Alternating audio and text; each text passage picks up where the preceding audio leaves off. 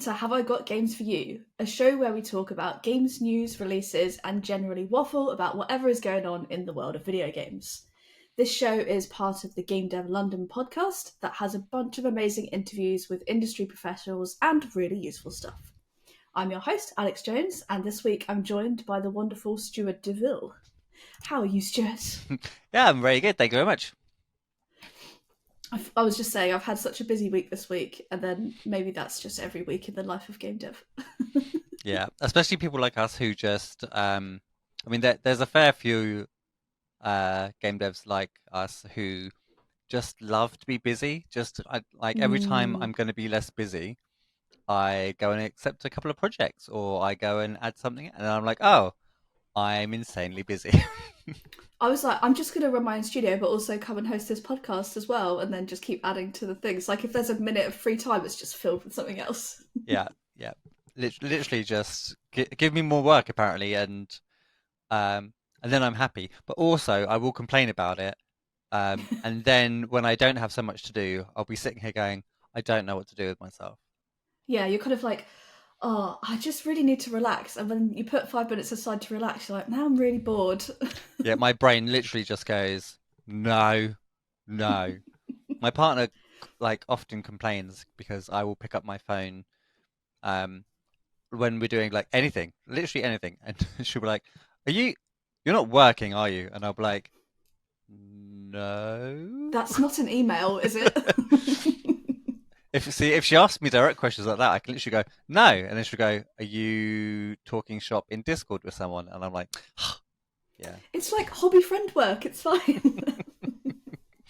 Have you ever suffered with burnout, or are you just always riding the line? So I used to, I used to regularly, probably something like every 6 months, just be hitting burnout, and then dealing with it by working through it. No, I don't recommend burning out by continuing to burn out. Yeah. But now, I'm a lot better at making sure I take actual time. Well, I say that I've put support in place, so I allow my partner to critique me, and I will listen. So she'll be like, nice. You've been flat out for a month, and normally I get a bit grumpy as well. So she's like, I don't like the grumpiness. This needs to stop.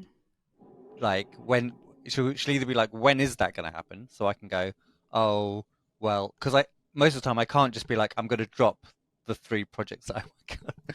I'll just stop working as well. Yeah, but normally I can be like, well, one of them is wrapping up at the end of this month, and so maybe I can plan some space and stuff. She's like, okay, let's do that. So and now end of this month we're going on holiday for my birthday, so that's like a forced break. When's your birthday? End of March, 31st. What day? The 31st. I'm the 24th. I was like, oh my god, where's my birthday twins? We're both Arians, right? Wait, is that the right term for people who are Aries? I hope so. I mean, it is, but it has other connotations. Not the best. A ram situation. Yeah. A ram. I was talking, I mean, I don't necessarily buy wildly into star signs, but it is funny how it can still impact on how you view yourself, because you know that you're in this stubborn, strong category. Especially when I was younger, it was part of my identity, really weirdly. And how there's this thing that people who are similar flock together. I think it's massively true of people who are neurodivergent. But it just so happened that probably 50% of my friend group were born in and around my birthday, and so having joint birthdays, my best friend of 20 plus years, our birthday is both his. I think his has just happened. His has just happened. So yeah, there was when I did A-level psychology, there was this study, I think it was to do with children that were born on a Wednesday in a particular isolated tribe, were viewed in a particular way, and then they always lived up to that because they viewed themselves in the way that they were named after that day. And so it's this self-fulfilling prophecy of you just think it, so you become it, which is interesting in its own right. For sure. I think I always had kind of an interest in drawing stuff and being creative. But once I found out that like that was like an Aries trait, and um, I just started going, well, it's clearly part of me, and so I leaned in. And the more you lean into something like that, the better you get at it. Um, I used to like sit in a pub with my friends fairly often. When you're a student, there's not a lot going on. Um, and I would sit there with a sketch pad and a pencil, and they would be like, "Can you draw a giraffe on a unicycle?" And I'd be like, "Yep." And then I'd like caricature all of my friends. So and that just it was part of who I was. So I just got better at it. That's so interesting. Anyway, diversion from games completely. Yeah, that's complete divergence. Let's talk about some new game releases we've had recently. I mean, I haven't had the time to play any of these personally, so it's terrible because it's not that up to date for me. But Final Fantasy VII Rebirth is one of the most recent ones everyone's been talking about, and there's been a bit of chat about the use of like mini games within the game. Interesting. And some people like it, and some people are finding it almost like it's adding time to their experience, which they don't really want to be doing. I can't think of anything similar. Is it a case of like I also am not like a massive Final Fantasy fan. I just never really got into that whole like tactical turn-based waiting stuff. There's been games that I've played since where like I kind of got in, but because I never got into Final Fantasy when everyone else was getting into it, I was just kind of like, that's someone else's thing. That's not really my thing. But I guess when you're making a game, like from the studio's perspective, I guess they're thinking of like how to like make it better, how to, like all of these different things, and for them they're probably thinking, and probably during playtesting they've found like, oh, this is really cool, fun little addition. But I'd be curious to know how much of their fan base they spoke to. If the fan like base are who's going, playtesting it, yeah, because if you're getting complaints from people that are like that this isn't really a Final Fantasy experience, then they've either shoehorned in content for the sake of shoehorning in content, which they may or may not have done. Possible, yes. Or or they just haven't tailored it enough to the experience that it feels that for the players it feels out of place. Yeah, interesting. I don't remember anything like that in the previous one because I played quite a lot of it. Like I always get stuck in Final Fantasy games, so I've played like 10, 12 and the 7 remake, but never finished.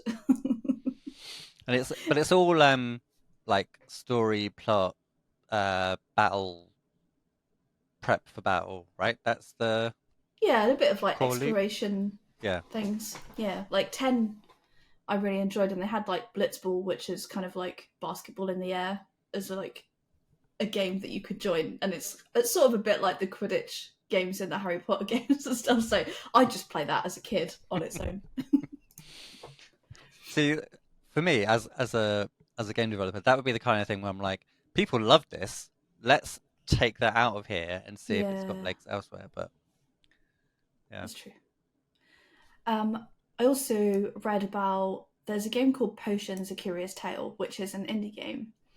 And I actually found it on TikTok before it was kind of picked up by some of the more newsy outlets. I guess it was a little bit before release. And the creator did like quite a cute little video, and they've done like a live action trailer for the game, even though the game doesn't have like video in it.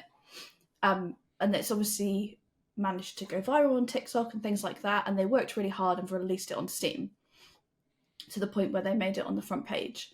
And then within a couple of days, like new releases came, and it's just like bumped off of that list. And it's really quite brutal. And I think they felt like they'd worked really hard to get to that place. And then it wasn't even necessarily new releases. It was like remake releases on Steam for like whatever AAA games. I can't remember what it was.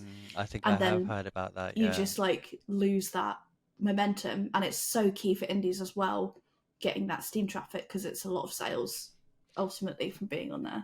I think she's been quite clever about it though, right? Because even though that happened, she immediately took to TikTok to make a video about it and create content around it, and then you once that becomes a thing, like I don't know how big it's got, but like you could potentially see that becoming like a fairly big story, and then her game gets really big media.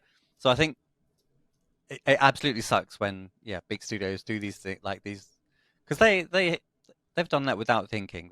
Well, it's kind not of an without attack thinking. on indie devs. Yeah, they weren't thinking, oh, this is going to wipe out I'm all gonna of bury the this indies. game.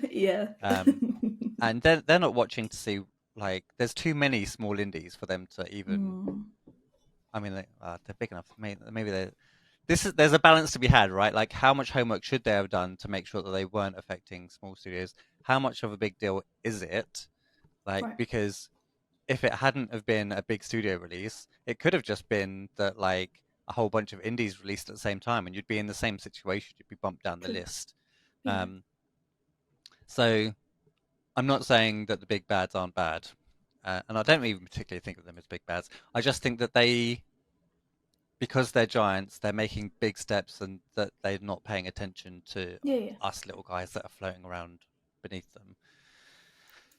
It's kind of an awful analogy, but that kind of is how it is, especially when it comes to like the platforms, and for small studios to gain kind of traction and to be featured on like main pages and stuff. It's really hard, even if you've got like a good relationship with a certain platform. It's still really hard to get yourself bumped up.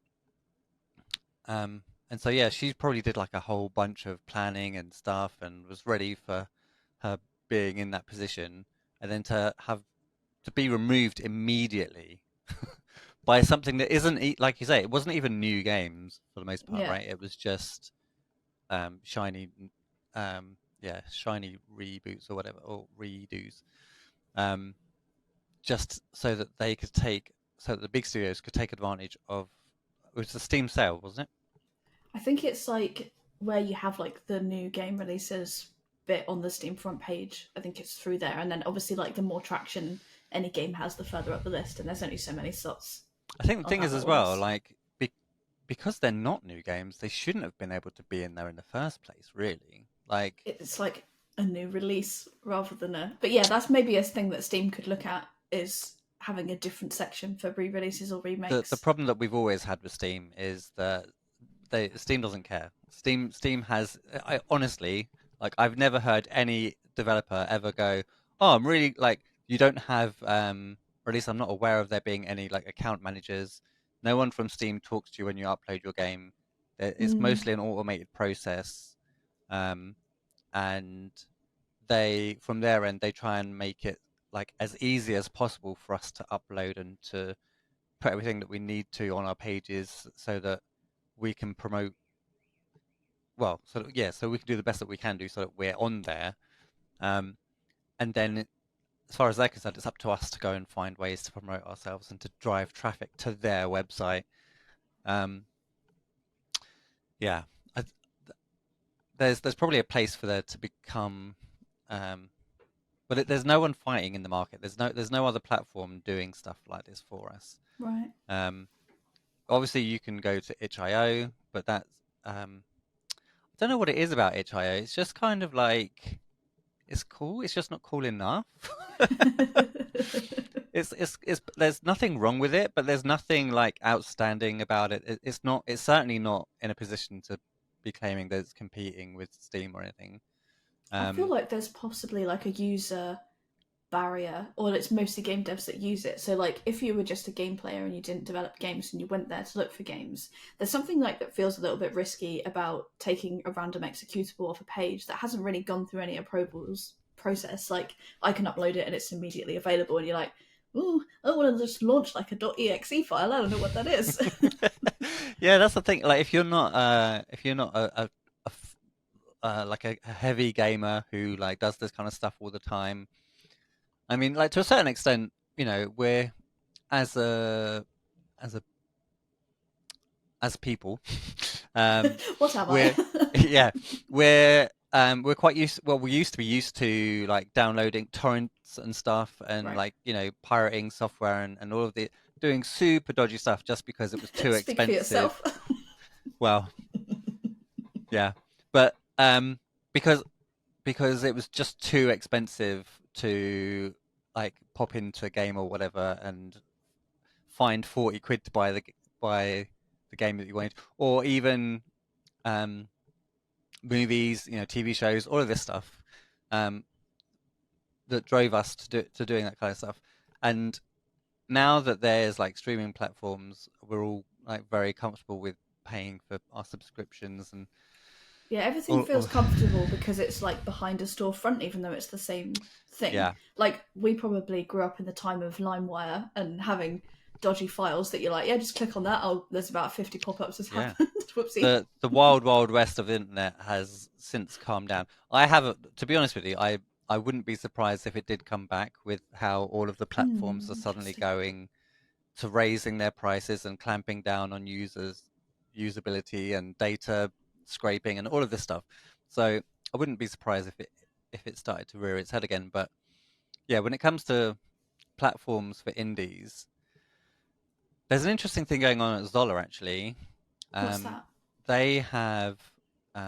I spoke to one of the representatives at PGC, Pocket Gamer Connects, and yeah, they were talking about a launcher that I don't know if you can like white label it so that you could have your own launcher, but there's certainly looking at some way of if you buy a Zola game through the launcher, then you've got that on your computer, and so you download the game from whoever it is that you were trying to get the game from, and Right. then there's like I think there's like a storefront on the installer that can show other games that you might be interested in that are obviously games that are being published through Zola, so that you could gain access that way.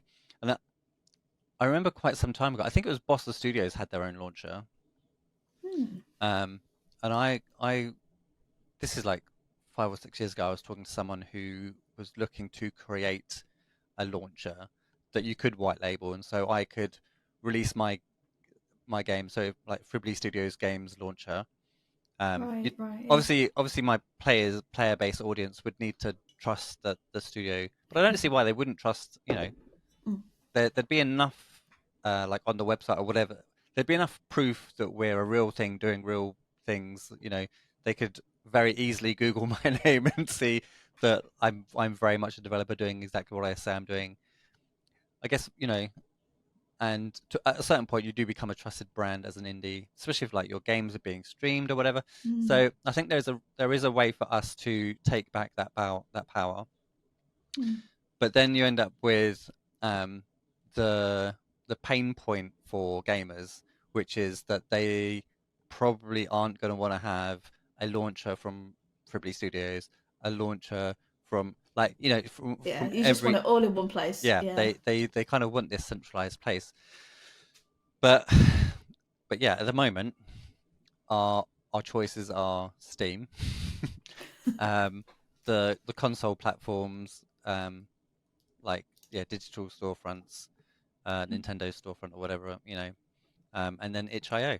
And I think, and obviously we can find ways of releasing our games through our own websites, but again, that's You'll never get the traffic yeah, unless you already have an audience, right? yeah. Yeah, But yeah. maybe there's a way, like maybe there's a way, like TikTok does really well for content creators, and if you can be Mm. quite good on TikTok, then maybe you could drive that high volume of traffic to your website and Yeah. stop relying on platforms that do nothing for you but take 30% of your. It's so much, isn't it? Like, It's because so I'm in high. my game dev journey, and I was like, every platform, 30%. Oh my gosh. Yeah. Yeah. Oh well. And then you But add see, taxes. but I do think that this means um I might even just end up doing this myself to be honest, but like I do think that this means that there's space for someone to come along and just undercut that. And you wouldn't even have True. to undercut it by too much in order to be better than what's currently on offer. Mm. Just I know as far as I'm aware, no one's doing it currently. Yeah, I Um, don't know if Epic has a different percentage because they're obviously trying to compete in that space, but I don't know if there's like the audience for it. don't. I think Epic do take a smaller cut, but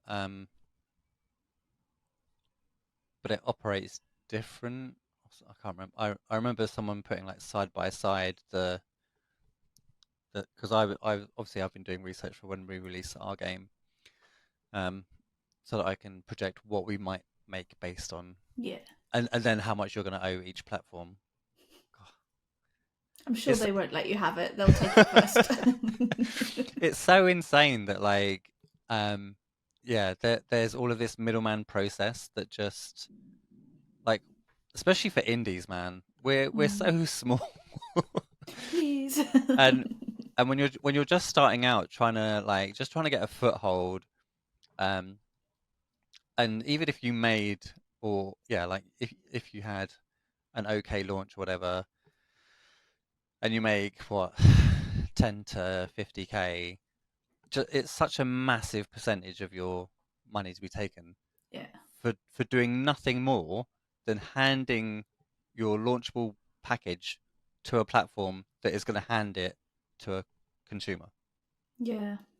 It's tricky because the actual function isn't that much, but in terms of like actually getting you players, you probably do earn a lot more than you would if you just put it on your website. And I don't think it would get anything. So it's a really difficult stuff because you don't want to But give that money away, but you wouldn't have earned it if you hadn't.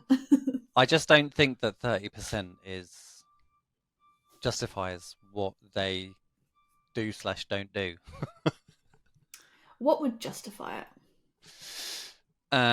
Curation, if they actually bothered to clear up the storefront, like there's, because it's so easy to upload, easy to inverted commas to upload.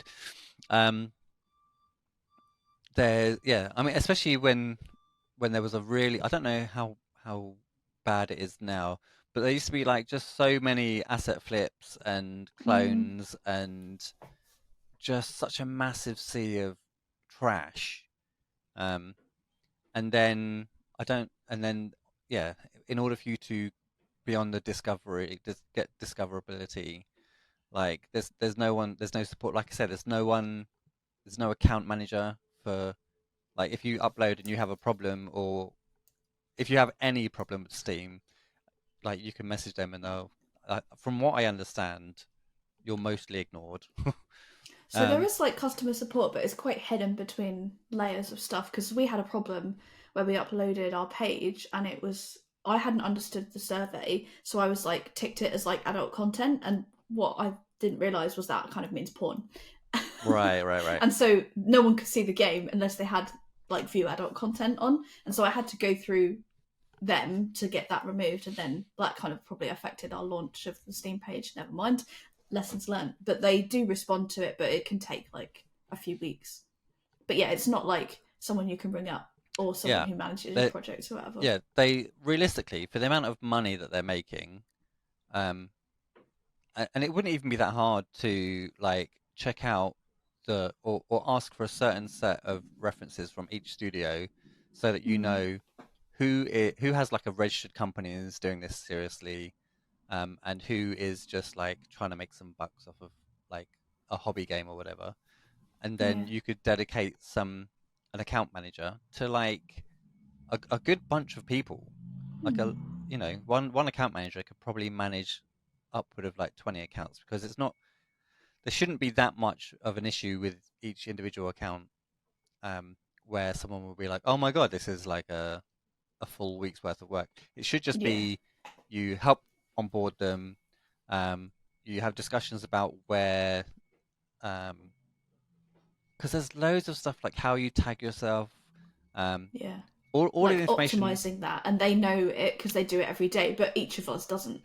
Yeah, and I mean, fortunately for us, you know, there are people out there who have like a lot of experience with this, and so we can go watch YouTube videos or whatever, or we can find consultants to talk to.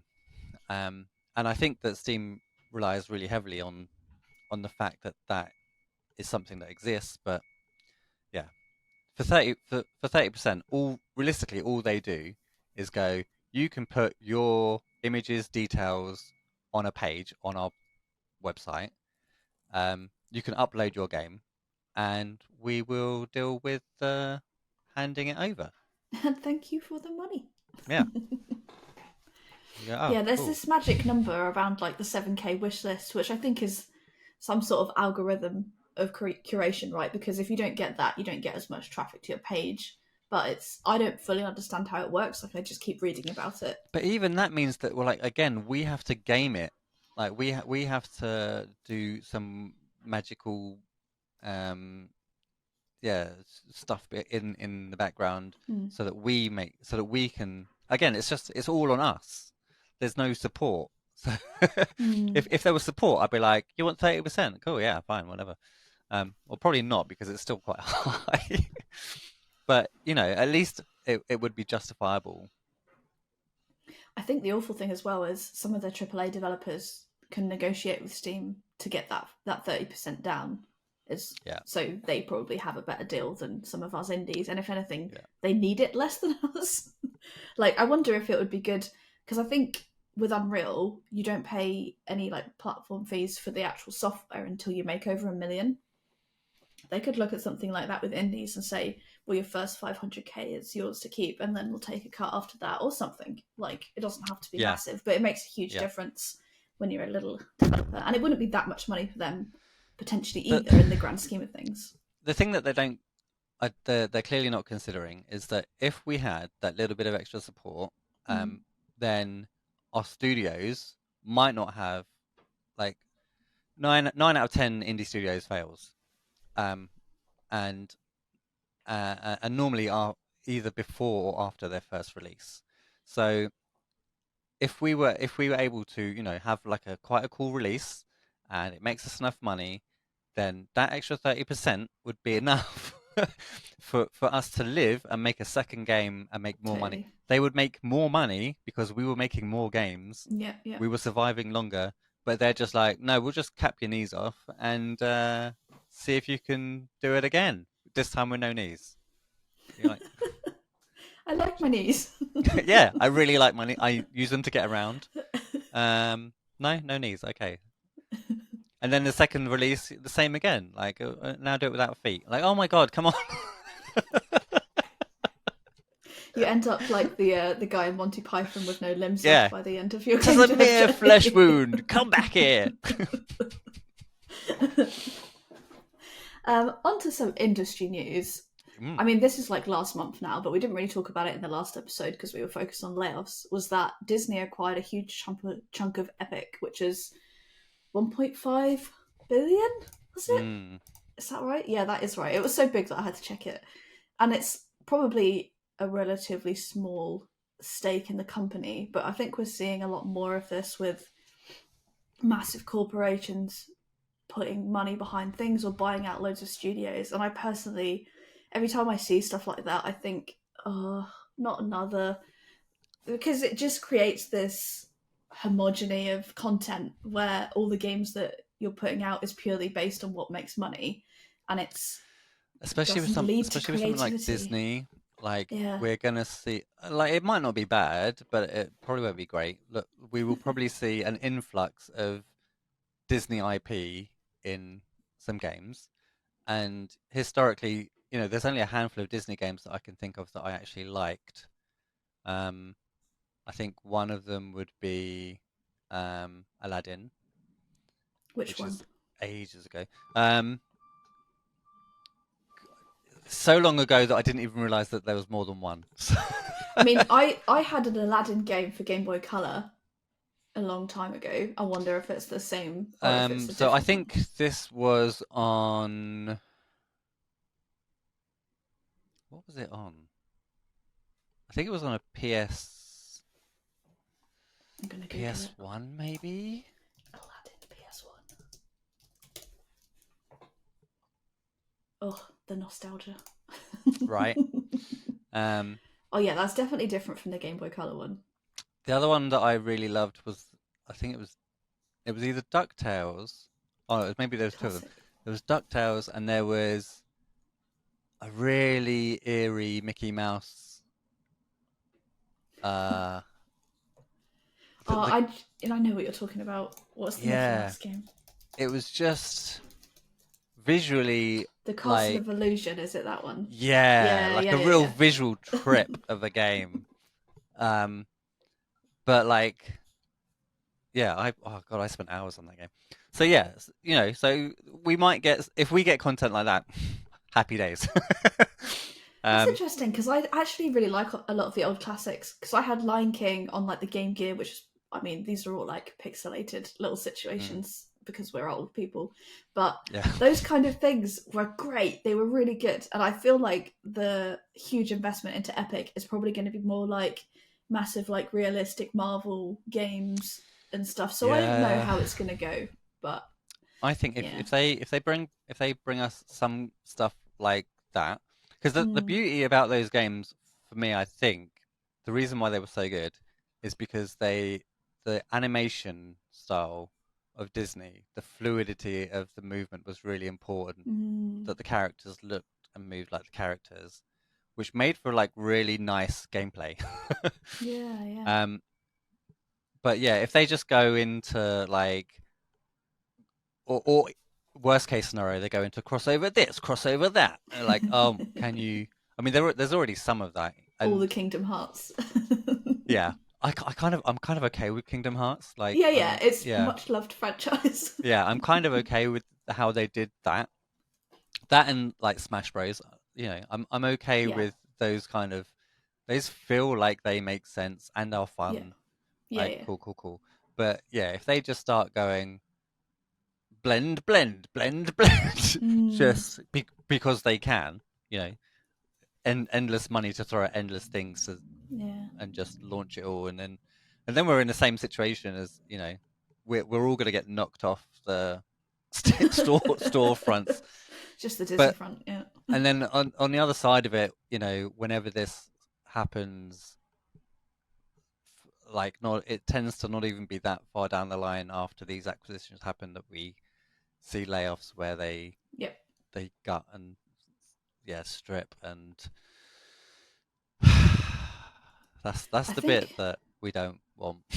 yeah, I read something. I mean, that definitely always happens. And then I read something about it was something like a percentage of businesses, like quite a high percentage, tend to fail after acquisition anyway within 5 years or something. Because the companies often, I mean, that's not necessarily the case for Disney, but for big things like Keywords and Tencent buying out loads of studios, and maybe even like things like Sumo, because we just see like constant acquisitions everywhere. Yeah, The studios already have an identity, and for the best will in the world, they'll say, yes, you can run independently and we won't take away what makes you you, but it's not the case, and I haven't really seen many I studios I actually honestly maintain don't that. understand how those deals come about and run that way. Mm. Like I understand how they come about. They go, oh, that add Money. yeah, but it can't be enough of a kickback that the studio then dying off and Mm. you know like I just for me personally when I buy things and I'm pretty sure this would no matter at what stage or what level or what size I'm buying I assume this would be the same case. I would always want it to be like long-term value. I would Right. never look at something and go I'm gonna buy this banana and then I'm gonna peel all the skin off it and throw it in the bin. Mm. Like, Or like sell it for like 1p when I bought it for £1 or whatever. but like, yeah, I would want to, um, yeah, I would want to enjoy it and have it like give me the energy that I would get from eating a banana. I wouldn't just peel off the skin. Yeah, sell the skin to someone as like a trip up device, and then just Rebrand. yeah, and then just lob the banana in the bin. Like, no, no, like I, acquisition should be that like you see a way for that studio to become part of your company Mm. and for it to help with long-term growth. Like Yeah. the studio should do better, should get bigger, not like strip it of all its assets. We made a big mistake. Like, how are you making that mistake? You took your time to make sure you were paying a rather large amount. Yeah. I'm really happy that I can't remember which studio it was that like bought themselves back. Oh, it was one of the Embracer Group studios, wasn't it? Yeah, I'm really glad stuff like that is. But even that must have been so painful Mm. to be acquired and then to have to buy yourself back so Yeah. that you don't end up like in the bin and losing all your stuff. Like It's Christ. such a painful thing to keep witnessing and seeing the same thing happening over and over again. And I haven't really seen many big companies responsibly acquiring and running companies, because I don't think that they actually know how to do that. They're just going, yeah, our shareholders have money, we'll put that into that. Oh no, it's not working, we'll get rid of it. And they're not really thinking about, like, how do we run a games company? Are they going to constantly increase profit forever? No, probably not. But like, what's wrong with a business that like sustains, makes small profits? Like, if you've got millions of that, then you're making millions, right? There's no need for everything to be on this like massive upwards trajectory. It's just like not sustainable in the long term, and it's pointless. Yeah. So it's almost avoidable, isn't it? We get swept back into that conversation even when trying to talk about other things. Like, sort it out. Well, we have the potential in the games industry to learn from history. It happened in the music industry, and like the same with the film industry as well, in terms of a lot of the content that's in the cinemas is all the same kind of stories and it's just repeated over and over. And the games industry, the good thing about it is we have the time and the chance to learn from all of that and do something different. Will we? I don't know. It's not up to me or you. We will. Whether the big people do or not, that's up to them. But maybe there's some logic and sense in there. I think us with our studios, if we start seeing like a certain level of success and someone goes, I'd like to acquire you, I'll be like, I'm all right, thanks. They'll be like, but you could, yeah, I could. Yeah. Like, but you could do like greater things if you joined us. For 5 minutes before you gut my studio. No, thanks. There is nothing in the world that would lead me to be acquired by anyone. I would ask for the most stringent contract agreement that was like, if this is a mistake for you, you just put us back. Like, you caught this fish, you put it back as you found it. Like, you're not, none of this like selling us up or cutting us down so that you can, no stripping back. Yeah, it's just never the reality. Like, I appreciate that studios, especially when they want to grow, which is not necessarily like my goal to go massive, because it's not enjoyable for me personally. But there may be some situations where you're like, I'm tired of the grind of constantly finding publishing, and this is a way to not be stuck in that rut of keep doing that. Yeah. Like, I think Double Fine sold out to Xbox, was it? A while ago. And they were a studio that I quite respect. And I don't think it's gone terribly for them. But it depends. I don't know what goes on behind the scenes, like any of these things. But maybe Sumo's one of the ones, because they bought out the Chinese room. That's probably factual from memory. And the Chinese room's another studio that always puts out really interesting games. And so I'm quite curious how their new releases are going to go now that they're acquired and they're not just like running as a really small studio. But I'd like to see more examples of it going well rather than going badly. Yeah. So let's see what happens. Anyway, we've got a few minutes left before Stuart has to run away. But we've had GDC on this last week, which for anyone who doesn't know is the biggest game developer conference in San Francisco, which I've never ever gone to. Yeah. You just wait till Game Dev London. Well, there's that. But also, I've heard from so many people this year who have said, I'm not going next year.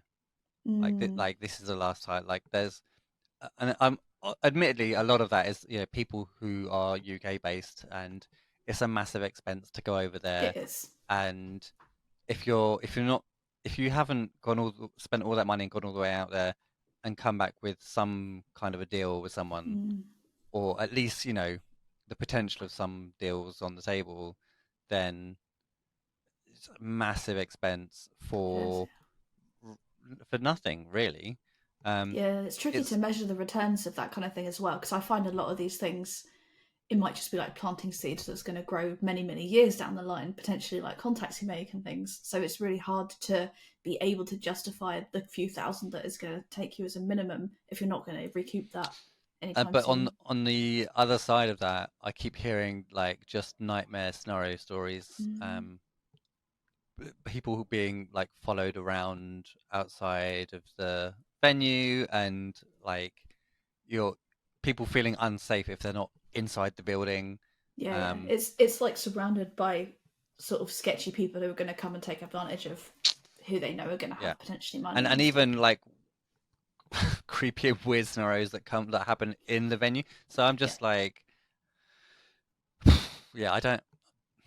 You never really know. Like, um, some people say that it's to do with the area and stuff, and that needs to improve, and maybe GDC will recognize that and they'll just move it away from that base location, I don't or know maybe where they else won't. could host such a massive event. I don't know.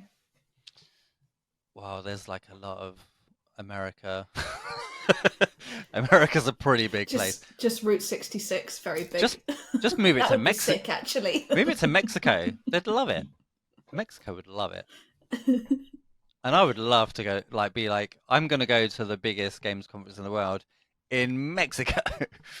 But yeah, it's a controversial one. Yeah, it's tricky. It's I mean, I've never been, and I'm desperate to go every year, and I just watch all the news feeds like I'm not there. But I used to. Uh, you're yeah. old and bitter now. Well, not even that. I never got around to going, and it's never felt like a big deal. Like there's enough events in the UK, and I now make like events in the UK, so I'm just kind of like, I don't, yeah, for me personally, directly, like it doesn't actually make sense already for me to go out there, unless Yeah. I was to go out there and I don't know. I was interested in going as part of the Yuki trade mission, Mm. but that's because the Yuki trade mission has like a whole bunch of stuff that they offer and they do for you and support that you it's kind of outside of GDC. Like it happens over Right. there, and you go over there and you get hooked up with like um, American counterparts and businesses and services and stuff that are relevant to you. And you actually wouldn't even need to attend GDC itself because there's so much stuff that they do, Yeah, totally. networking events and stuff that's all happening outside of it. So I was interested in that, and if that I might continually try and go as Mm. part of that program. But yeah, GDC itself, I don't feel the FOMO. You're lucky. Yeah, between people's horror stories and um, I've not I've not seen or heard of anyone like come back from GDC and be like, "Oh my God, that was the most amazing experience," and like I've this deal has happened. We're gonna make like this much money because of this, or like all of this stuff is in the background. It's always just Mm. been like that was exhausting. I saw some cool stuff, or it was a nightmare. So Yeah. so I'm like, okay, I think I feel like it's like a badge of honor or like a true measure of success if you've done like a talk at GDC, right? I don't know. yeah, It feels that way. But yeah, there's plenty of other amazing conferences like Reboot Blue is coming up soon and Develop we have in Brighton yeah, in the summer, which is by the sea. What more could you want? yeah. Anyway, the final thing that came out of GDC was one of the talks mentioned about Neil Newbon, who is Astarion's actor, and that most of you will know him for voicing and mocapping Astarion, but he actually does a lot of mocap work himself. He like consults on the process, and I think he even directed sessions with other actors. And there was an article that I'd mentioned. He came in. There was about 150 lines of dialogue that had been recorded with no mocap data at all, and he'd come in to what he described as a dog's breakfast, not a dog's dinner, a dog's breakfast. I'm going to have to look up what that is. What's the Maybe difference? it's like a sunny side up. But he made all that mocap data for the dialogue that had been recorded, and I think it's quite cool to recognise how far all these actors go behind the scenes that you don't even know about, and to Mm. keep hearing about it. I mean, Baldur's He Gate's such he a huge is game. an absolute legend. Yes, he's Um, lovely. yeah, I've met him in person. He's been on our podcast, I believe, in the one of the earlier How many hundred episodes ago? yeah, season 2, Nice. season 3. I don't know. Every year's been a new season. We've stopped that Yeah. now. It's just episode 180 something, 190. I Endless don't know. fun. Yeah, but yeah, he's just incredible. Um, when I met him, he was talking to like some new voice actors and was just openly, freely giving them tips and advice and stuff. they were asking him questions, and he was just free fountain of knowledge, like not even Yeah. being like, oh well, I could tell you, but maybe you should join a program that I will develop and create and release, and No, he's a the wonderful classic. force for good. Yeah. Yeah, he's just amazing. And anyway, our final piece of good news is, well, I don't know if it's good news for us, but Pokemon Snap is 25 years old today. That's bad news for us because it makes you question how old you actually are. But I think it's super cool. And there's also like the reboot on Switch. And that's it for this episode of How I Got Games for You. To find out more about us, you can visit gamedev.london, or you can visit our Discord if you want to leave comments and network with other game devs. Thank you so much. Bye!